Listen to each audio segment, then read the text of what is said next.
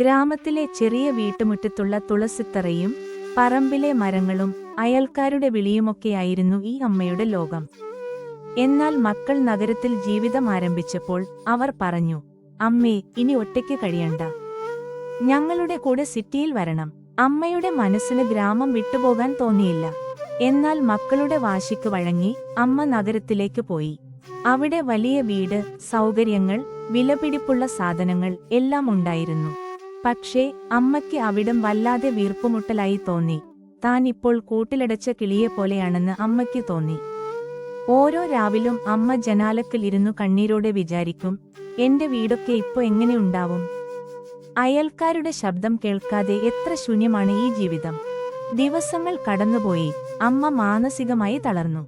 ആ തളർച്ച ശരീരത്തെയും പെട്ടെന്ന് ബാധിച്ചു.